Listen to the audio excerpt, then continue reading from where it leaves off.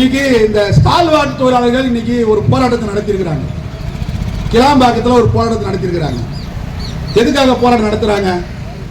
ஸ்டால்வார்ட் தொழிலாளி அவனா அந்த கம்பெனியில் சேர்ந்தானா? அவனா சேர்ந்தானா? இல்ல.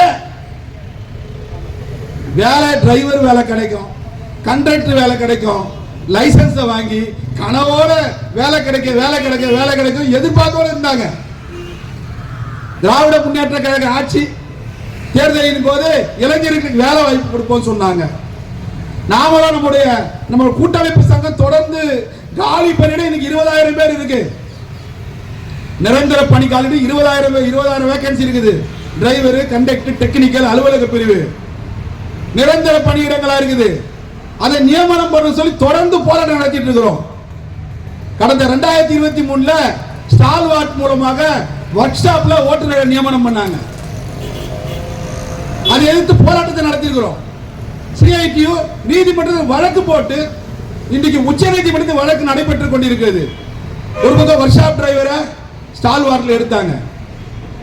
அடுத்து இப்போ லைன்ல வேலை செய்யக்கூடிய டிரைவர், கண்டக்டர் இன்னைக்கு ஸ்டால்வார்ட் டீம் ஃபோர்ஸ் கம்பெனி மூலமா இன்னைக்கு ஆள் எடுத்துக்கிறாங்க. நாம சொல்றோம், நிரந்தர பணியிடத்தை நீங்க சட்டத்துக்கு விரோதமாக நீங்க கான்ட்ராக்ட் மூலமா அந்த வேலையை எடுக்க கூடாதுன்னு சொல்றோம். அதை மீறி எடுக்கிறாங்க. அப்படி நீங்க எடுக்கும் போது அவர்களுக்கான பணி பாதுகாப்பு என்பது இருக்காதுன்னு சொல்றோம். அதற்காக எதிர்த்து சுப்ரீம் கோர்ட்ல இந்த வழக்கை நடத்தி கொண்டிருக்கிறோம்.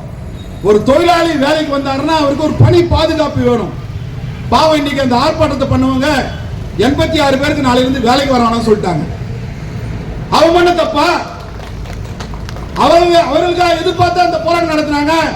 போராட்டத்தை தள்ளியது இந்த அரசாங்கம். சிஎலா வேலை பார்த்தாங்க. அவங்களுக்கு ஒரு பிரச்சாரத்தை கீழே இறக்கி விட்டாங்க. நீ எல்லாம் கான்ட்ராக்ட்ல போ. ஸ்டால்வார்ட் கான்ட்ராக்ட் மூலமா போனா உனக்கு எளிமையாக வேலை கிடைக்கும். எம்ப்ளாய்மெண்ட் வேணாம், ஸ்டால்வார்ட் தான் எம்ப்ளாய்மெண்ட். இது போல நம்பிக்கையை கொடுத்து சிஎலா இருக்கக்கூடிய ஓட்டுநர் நடத்துனர்களை ஸ்டால்வார்ட்டுக்கு அனுப்பியது நம்முடைய நிர்வாகம், அந்த கம்பெனி.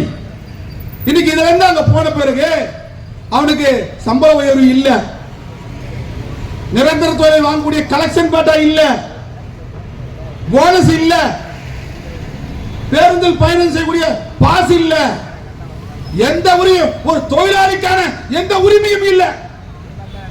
அவன் போராட்டம் பண்ண என்ன பண்ணுவான்? இதுதான் சமூக நீதி அரசா? இதுதான் திராவிட மாடல் அரசா? இதையெல்லாம் நாங்க சிஐடியும் சரி, கூட்டமைப்பு சங்கமும் சரி, இதை கடுமையாக எதிர்க்கிறோம்.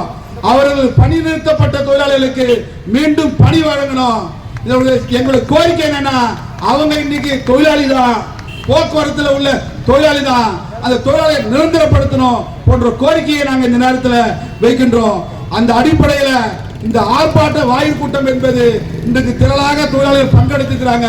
இன்னும் பல பேர் இன்னும் வேலையை பார்த்துக்கிட்டே இருக்கிறாங்க, ஒரு மயக்கத்திலேயே இருக்கிறாங்க.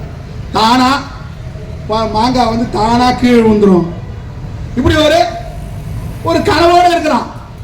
அது தானாலாம் விழாது. இந்த அரசாங்கம் 4 ஆண்டுகள் ஆட்சியை இந்த வரைக்கும் பண்ணி, மே மாசம் 4 வருஷம் முடிய போகுது.